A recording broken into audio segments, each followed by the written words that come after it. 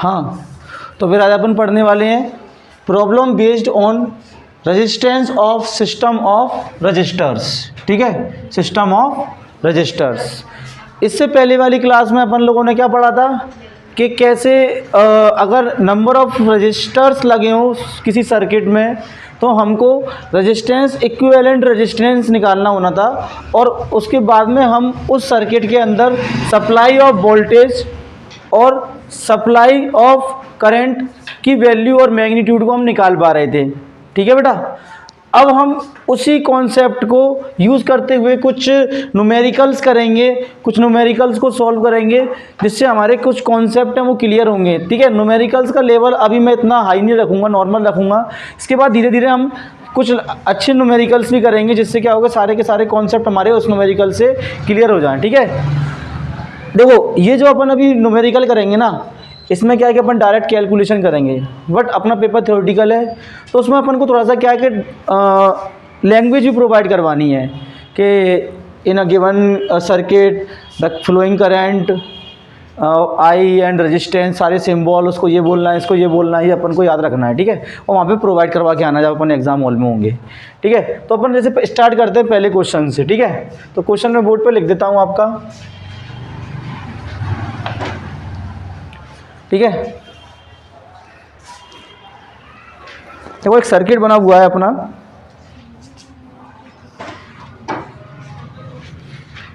तो अपने ये कुछ रेजिस्टेंस लगे हुए हैं। ठीक है, तो इनको मैं नेमिंग कर देता हूँ R1, R2, R3, R4 और ये अपना R5।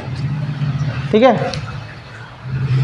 R1, R2 और R3, R4 और R5। ठीक है, तो ये अपना क्वेश्चन दिया हुआ है जिसमें रेजिस्टेंस की वैल्यू दी हुई है R1, R2, R3, R4, R5, इनकी अलग अलग वैल्यू दी हुई है। तो जैसे R1 दिया हुआ है मेरा कितना 2 ओम, 1 ओम, 2, 3 ओम, 2 ओम। ठीक है, तो ये अपने 2 ओम दे रखे हैं, ये अपना R1 जो है 1 ओम है, ये अपना R2 ओम है, ये R3 ओम है। ठीक है, और ये अपना 2 ओम दे रखा है। तो पहले तो अपन को आर इक्विवेलेंट, जो पहला क्वेश्चन अपना आएगा वो निकलेगा कि आर इक्विवेलेंट इसमें कैलकुलेट करके बताइए। ठीक है, तो हम आर इक्विवेलेंट को पहले अपन अगर चाहते हैं आइडेंटिफाई करें कि आर इक्विवेलेंट क्या होगा इस क्वेश्चन में, तो उससे पहले अपन को ये आइडेंटिफाई करना पड़ेगा कि कौन से रेजिस्टेंस सीरीज में है और कौन से अपने पैरेलल हैं। ठीक है, समझ में आ रही है ना बात? तो उस रेजिस्टेंस को पहचानने का कॉन्सेप्ट मैंने तुमको बताया था, क्या बोलो? तो यहाँ से करंट डिस्ट्रीब्यूट हो जाएगा। Okay, very good. ठीक है, R2, R3, R4 ये पैरेलल हो जाएंगे। हाँ, फिर हम सीरीज लगा के पूरा हो जाएगा। Very good. तो ट्राई करो और वैल्यू निकालो फटाफट से। तो find the equivalent resistance of the following circuit. Question है मेरा इसका जो है, find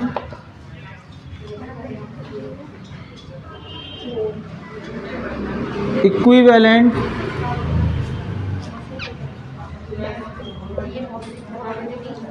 tense of given circuit.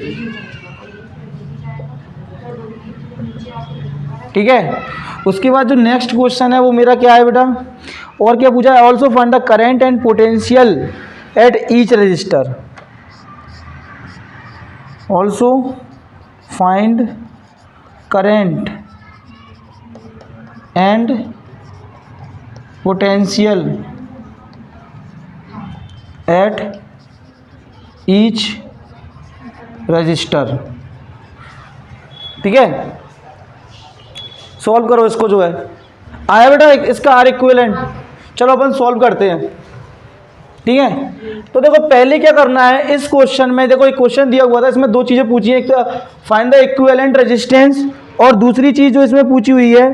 ठीक है, तो इस क्वेश्चन में देखो अपने पास पूरा सर्किट का डायग्राम दे रखा है और कुछ दो बातें इसमें निकालने को पूछी हुई हैं कि इसमें पहली बात तो अपन को इक्विवेलेंट रेजिस्टेंस निकालना है कि टोटल इक्विवेलेंट रेजिस्टेंस अपना कितना आएगा इस सर्किट के अंदर, और दूसरी बात जो है इसमें पूछी गई है अपनी कि अपना potential current and potential difference अपना हर सर्किट पे अपना कितना रहेगा, पोटेंशियल जो है वोल्टेज जो है हर सर्किट पे हर रेजिस्टेंस पे जो है कितना रहेगा।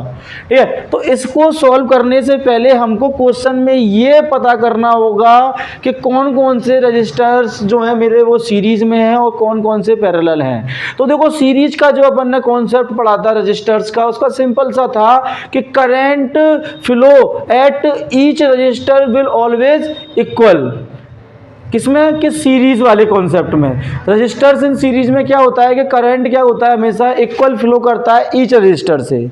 वहीं पैरेलल में क्या था कि पैरेलल में वोल्टेज इक्वल हो गया था, करंट वेरी कर गया था, हर रजिस्टर्स पे करंट क्या कर रहा था अपना वेरी कर रहा था।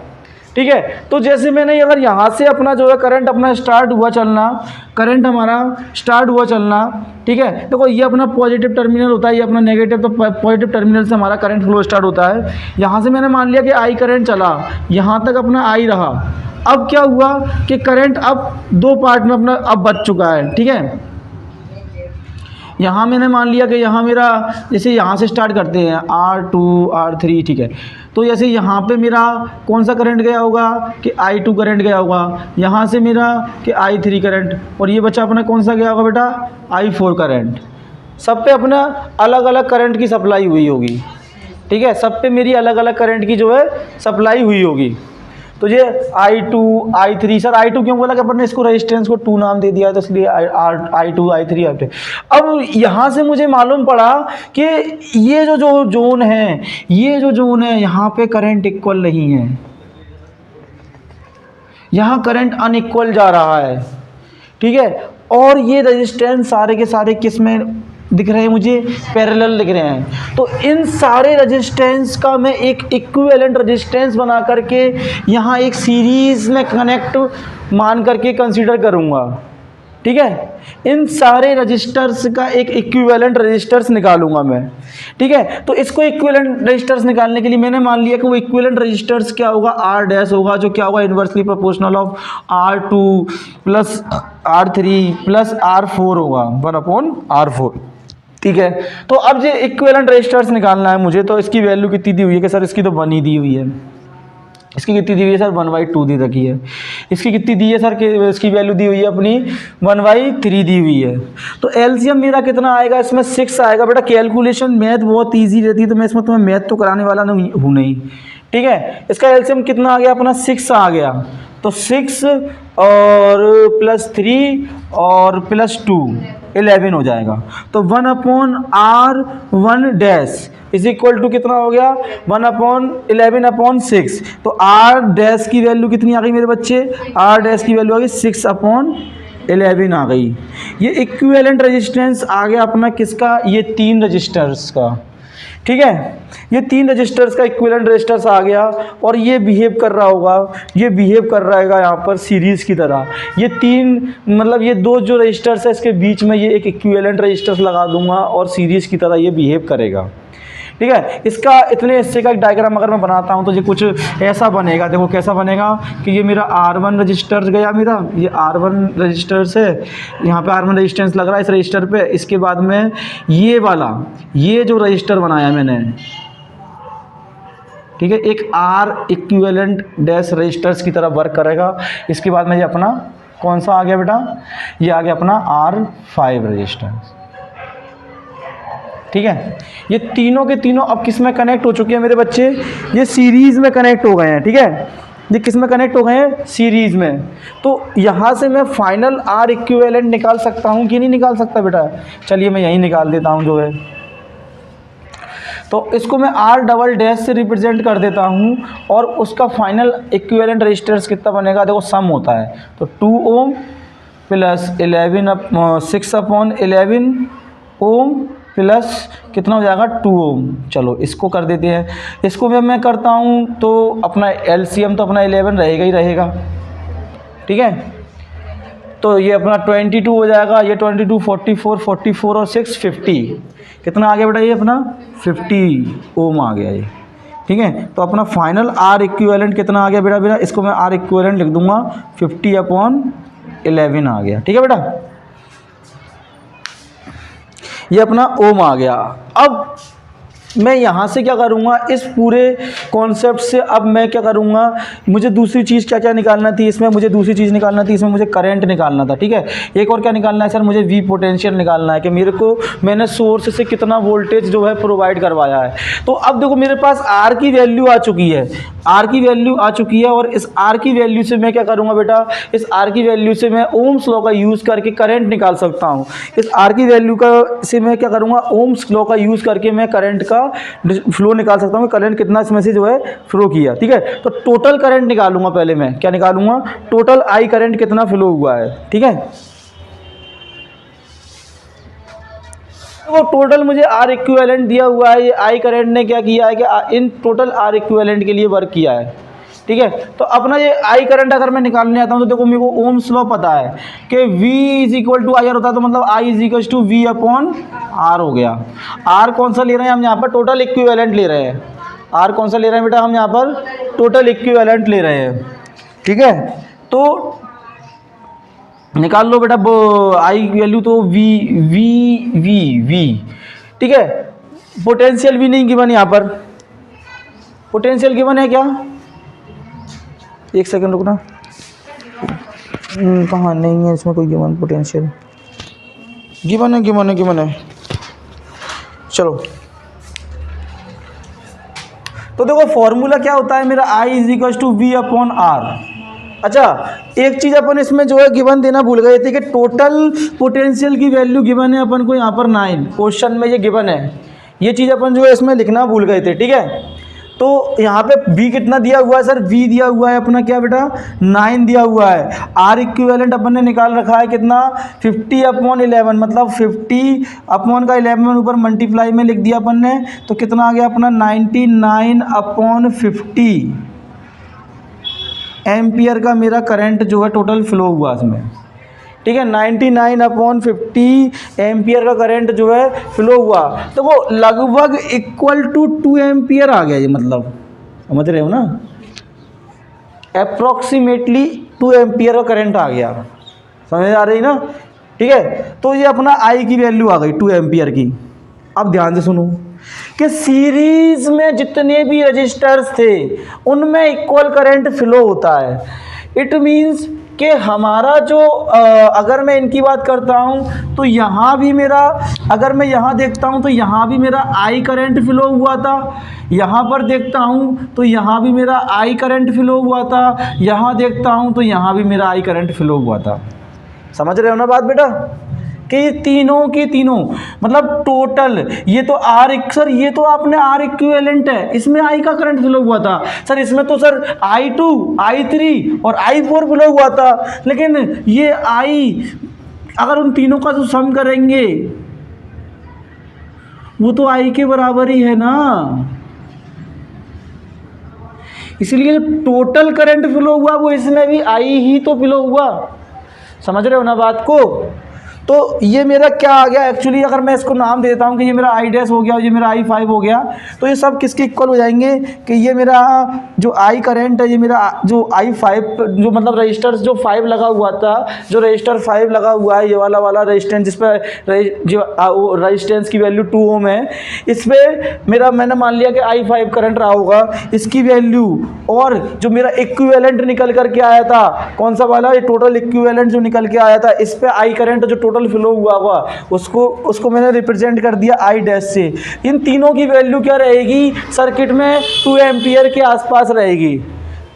ठीक है, इन तीनों की वैल्यू सर्किट में क्या रहेगी बेटा, 2 एम्पियर के आसपास रहेगी। ठीक है, तो अपन ने क्या कर लिया कि इस पे आई निकाल लिया, ठीक है सर, इस पे आई निकाल लिया, ठीक है सर, इस पूरे का आई निकाल लिया, ठीक है। लेकिन हम अगर इंडिविजुअल की बात करने जाते हैं, अभी अपन को इन इंडिविजुअल भी तो निकालना पड़ेगा ना इनका, है ना। I1 I2 की वैल्यू क्या रही होगी, I3 की वैल्यू क्या रही होगी और I4 की वैल्यू क्या रही होगी। ठीक है, चलो तो देखो अपन को क्या मिल गया है, I5 मिल गया, I डैश मिल गया और I, मतलब इन 3 रजिस्टर्स पर करंट की वैल्यू मिल गई है। ठीक है, सीरीज में जब भी रजिस्टर्स होते हैं तब पोटेंशियल और वोल्टेज की वैल्यू इक्वल नहीं होती।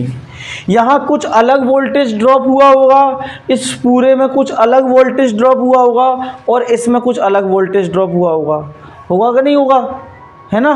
तो पहले मैंने क्या निकाल लिया, मैंने अब R1 पे कितना वोल्टेज ड्रॉप होगा और R5 पे कितना वोल्टेज ड्रॉप होगा, पहले मैं ये निकाल लेता हूँ। समझ रहे हो ना बेटा। तो देखो आपने ये बीच का नोट कर लिया, क्या कर लिया, रफ कर दूँ इसको, ठीक है, इसको अपन रफ कर देते हैं।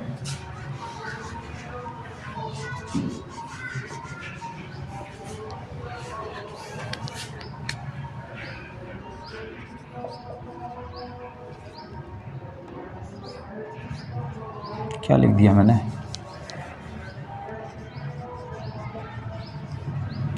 Voltage drop eight R1 and R5, ठीक है बेटा। तो R1 पे जो वोल्टेज ड्रॉप हुआ होगा उसको मैंने V1 नाम दे दिया, और कितना आएगा वो मेरा R1 कितना है मेरा 2 ओम, ठीक है बेटा, मल्टीप्लाई बाय इस पे करंट कितना था कि लगभग 2 एम्पियर था सर। तो कितना आ गया मेरा इस पे वोल्टेज ड्रॉप सर, 4 वोल्ट का मेरा इसमें जो है वोल्टेज का ड्रॉप हुआ होगा, ठीक है, 4 वोल्ट का जो है इस पे मेरा वोल्टेज का ड्रॉप हुआ होगा। और अगर मैं V5 निकालता हूं तो वो भी 2 ओम है और यहाँ भी 2 एम्पियर का करंट लगभग फ्लो हो रहा है, तो इस पे भी लगभग 4 वोल्ट का जो है वोल्टेज ड्रॉप हुआ होगा, ठीक है। तो मेरा V डैश पे कितना वोल्टेज ड्रॉप हुआ होगा सर, V डैश पे जो वोल्टेज ड्रॉप हुआ होगा वो कितना हुआ होगा, तो हम जानते हैं कि जो टोटल वोल्टेज होता है वो इन सब का वोल्टेज ड्रॉप का सम के इक्वल होता है, ठीक है। तो टोटल वोल्टेज ड्रॉप जो होता है वो V1 प्लस जो R इक्विवेलेंट निकाला, मतलब इन तीनों का इक्विवेलेंट जो R निकाला, तो इस पर मैंने मान लिया कि एक V डैश वोल्टेज का लॉस हुआ होगा, ठीक है, क्योंकि तीनों पे इक्वल होगा, लेकिन इस पूरे पे तो कुछ ना कुछ वोल्टेज ड्रॉप रहा होगा ना। तो उसको मैंने क्या नाम दे दिया, V डैश नाम दे दिया, और इसको मैंने क्या नाम दे दिया बेटा, ये V5। तो ये दोनों, तो ये अपना 9 था, ये अपना 4 निकल के आया, और ये अपना V डैश और ये अपना 4 निकल के आया। तो V डैश बराबर कितना आ गया बेटा मेरा 1 आ गया, ठीक है, कितना आ गया मेरा 1 आ गया, कि मेरा ये जो V डैश आया वो कितना आया 1 आया, ठीक है, 1 वोल्ट आया। अब दिमाग लगाओ कि सर आपने तो पढ़ाया था हमें कि ये जो पैरेलल जो रजिस्टर्स लगे होते हैं, पैरेलल जो रेजिस्टेंस लगे हुए रहते हैं, इन पे वोल्टेज की वैल्यू हमेशा इक्वल रहती है, इन पे वोल्टेज की वैल्यू हमेशा इक्वल रहती है, चेंज क्या करता है, करंट करता है। तो यही 1 किस पे रहा होगा हमारा, V2 पे रहा होगा, V3 पे रहा होगा, V4 पे रहा होगा, ठीक है जी। अपना फाइनली हमने जो है इसका करंट भी निकाल लिया और हमने जो है इसका पोटेंशियल भी निकाल लिया। टोटल करंट निकाला था I5। अभी जो मेन क्वेश्चन अब आ गया, अब नेक्स्ट जो हमें चीज़ निकालने को अभी क्वेश्चन में रह गई है, वो क्या रह गई है सर, कि सर ये I2 और I3 और I4 की वैल्यू और निकाल करके दीजिए हमें, ठीक है। अभी ये I2 और I3 और I4 की वैल्यू और अपन को जो है अभी निकालना है ना। तो अब ये कैसे निकालेंगे हम, तो ठीक है, इसको रफ कर देते हैं अपन, अब इस वाले को रफ कर देते हैं, ठीक है, इतना पूरा रफ कर देते हैं। मुझे वैल्यू याद दिला देना, मैं भी पूछूंगा तो, ठीक है।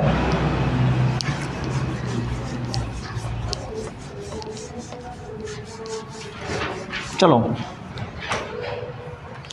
तो देखो अपन ने I निकाल लिया था लगभग 2 एम्पियर, है ना, और यही किस के बराबर था अपना, यही था अपना किसके बराबर, I1 और I डैश और I5 के बराबर था। एक बात तो अपन ने ये कैलकुलेट कर ली ना।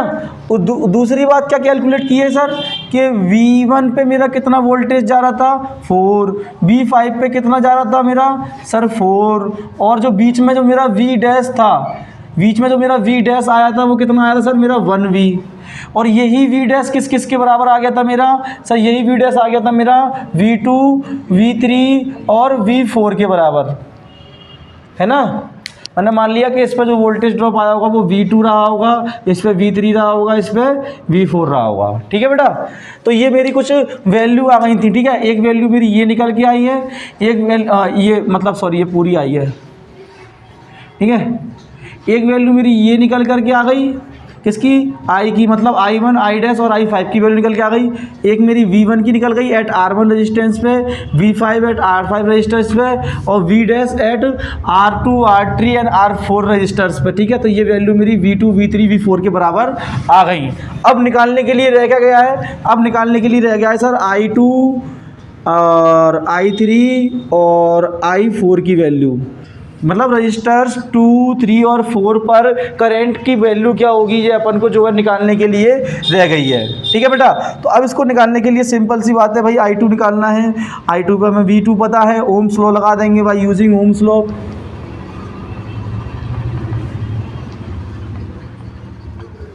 ठीक है, तो I2 पे अपन को क्या पता है बेटा, I2 पे अपन को V2 पता है। V2 कितना है मेरा भाई, V2 है 1, है ना, और इस पे रेजिस्टेंस की वैल्यू भी पता है पर कितनी है सर, 1। तो I2 पे कितना, 1 एम्पियर करंट पहुंचा होगा, पहुंचा है कि नहीं पहुंचा है। ठीक है, और दूसरी बात I3 की बात करते हैं अपन, तो इस पे भी अपना क्या है, वोल्टेज 1, और इस पे रजिस्टर्स कितना लगा हुआ है, 2 लगा हुआ है, तो कितना पहुंचा होगा सर, 0.5 एम्पियर। इसकी बात करते हैं, I4 की बात करते हैं। ठीक है, I4 पे कितना है कि सर 1/3, तो इस पे करंट कितना पहुंचा होगा कि सर 0.334 एम्पियर कुछ करंट पहुंचा हुआ है ना। तो ये अपने I2 I3 और I4 की वैल्यू भी निकलने लेकर के आ गई। ठीक है,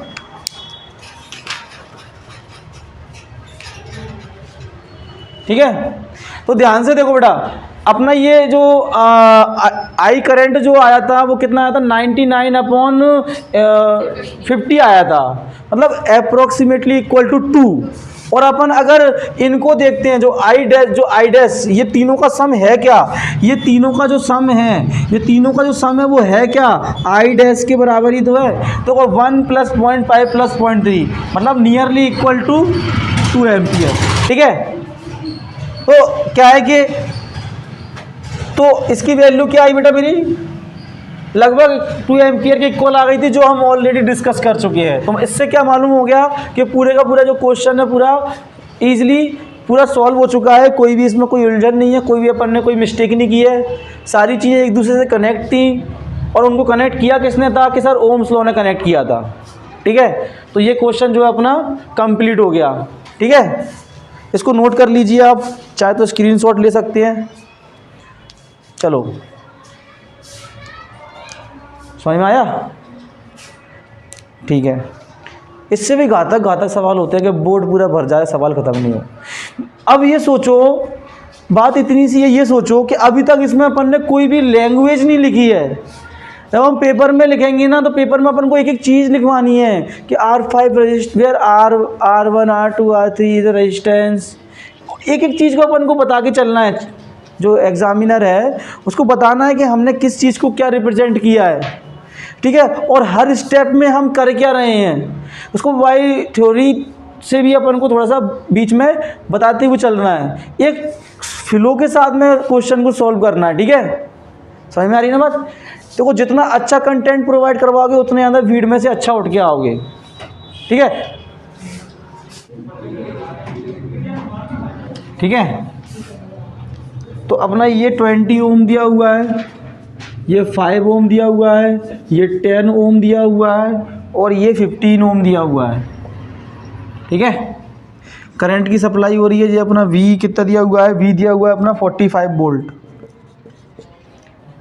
ठीक है, और तो इसमें क्या फाइंड करना है, एक तो R इक्विवेलेंट फाइंड करना है।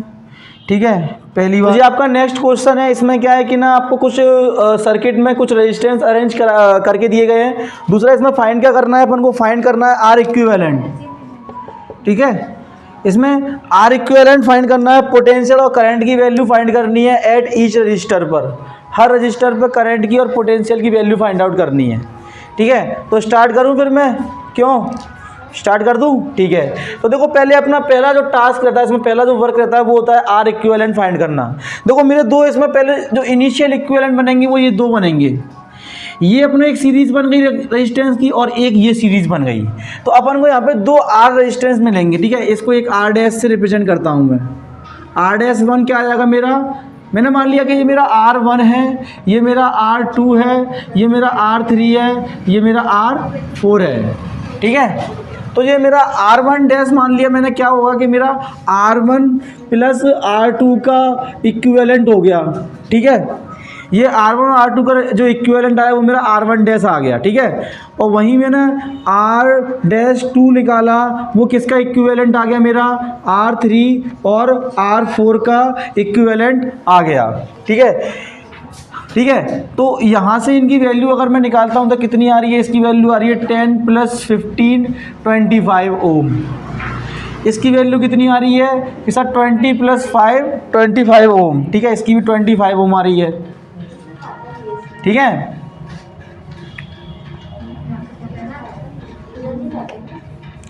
ठीक है बेटा, तो इसकी भी 25 ओम अपनी आ रही है। तो टोटल फाइनल जो आर इक्विवेलेंट आया वो मेरा कितना आया इन दोनों का। अब ये दोनों की दोनों क्या करेंगे, इन दोनों से एक आर इक्विवेलेंट निकला, उसको मैंने R2 डैश से रिप्रेजेंट किया। इन दोनों से एक आर इक्विवेलेंट निकला, उसको मैंने R1 डैश से रिप्रेजेंट किया।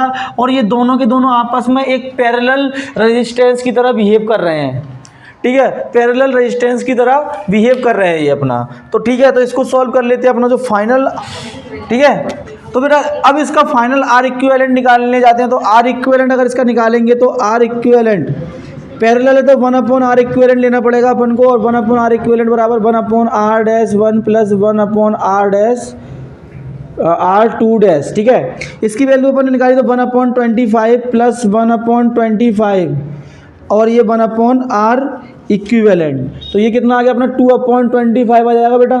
तो आर इक्विवेलेंट की जो फाइनल वैल्यू आई वो मेरी कितनी आई बेटा 25/2, मतलब क्या हो जाएगा ये 12.5 ओम मेरी जो है टोटल फाइनल आर इक्विवेलेंट की वैल्यू आई, ठीक है। तो जब अपना आर इक्विवेलेंट आ गया, अब क्या हुआ कि अब मुझे क्या निकालना है कि एक तो ये V मेरे को टोटल दिया हुआ है, मुझे क्या निकालना है कि ईच रजिस्टर पे वोल्टेज की वैल्यू निकालनी है। ईच रजिस्टर पे वोल्टेज की वैल्यू निकालनी है, ठीक है। तो पहले तो मैं क्या करूँगा, इस आर इक्विवेलेंट का यूज़ करके यहाँ से आई करंट कितना फ्लो हुआ है वो निकालूंगा, ठीक है। यहाँ से आई करंट की वैल्यू कितनी आई बेटा 3.6 एम्पियर। 3.6 एम्पियर, ठीक है। देख लेते हैं, अभी चेक कर लेते हैं अपन जो है। तो आई करंट अगर अपन निकालने को जाते हैं तो ओम्स लॉ से, बाई ओम लॉ,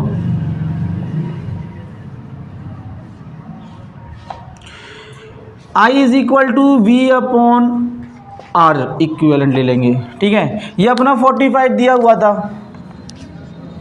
अपॉन में 12.5 आ गया अपना, ठीक है। तो कर लेते हैं सॉल्व, ठीक है। तो ये अपना कितना आएगा अपना, ये रिड्यूस कर लेते हैं।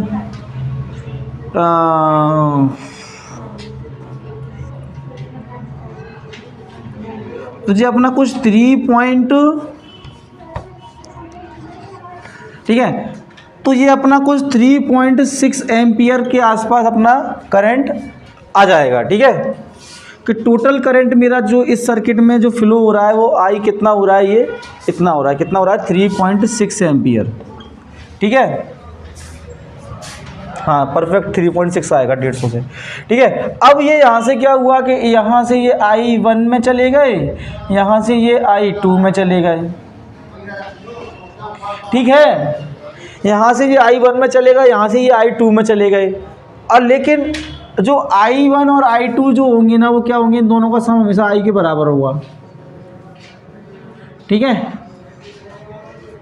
ठीक है बेटा। चलो अब यहाँ से मैं क्या करता हूँ, देखो इस पॉइंट पे मेरा क्या है कि ये रेजिस्टेंस की वैल्यू 10 दे रखी है, ठीक है। ये अपना I1 करंट यहाँ से फ्लो हो चुका है, ठीक है। तो जब अपना आई करंट आ गया, आई करंट कितना आ रहा है 3.6। अब जो हमें नेक्स्ट कैलकुलेट करना है वो कैलकुलेट करना है क्या पोटेंशियल और क्या करंट, ठीक है। तो अभी अपन ने क्या पता चला कि अपना जो I1 करंट जो है इस डायरेक्शन में निकल गया होगा, इस I करंट का एक I2 पार्ट इस डायरेक्शन में निकल गया होगा। लेकिन जो मेरा इस एंड पे जो इस रेजिस्टेंस, ये दोनों रेजिस्टेंस क्या है कि सीरीज़ में है, तो यहाँ पे जो करंट होगा ना, यहाँ भी I1 ही करंट होगा और यहाँ भी क्या होगा, I2 ही करंट आएगा। यहाँ पे जो करंट आएगा वो I1 यहाँ पे आएगा और यहाँ पे जो I करंट आएगा ये भी I2 आएगा। मतलब इस करंट की वैल्यू इस रेजिस्टेंस पे और इस रेजिस्टेंस पे इक्वल रहेगी, वहीं इस करंट की वैल्यू इस रेजिस्टेंस पे और इस रेजिस्टेंस पे इक्वल रहेगी, क्योंकि सीरीज़ में जो करंट होता है वो अपना इक्वल रहता है। ठीक है बेटा, तो यहाँ से अब मुझे क्या करना पड़ेगा, थोड़ा सा क्वेश्चन में अब ट्विस्ट आने वाला है। ठीक है, तो ध्यान से समझना इस बात को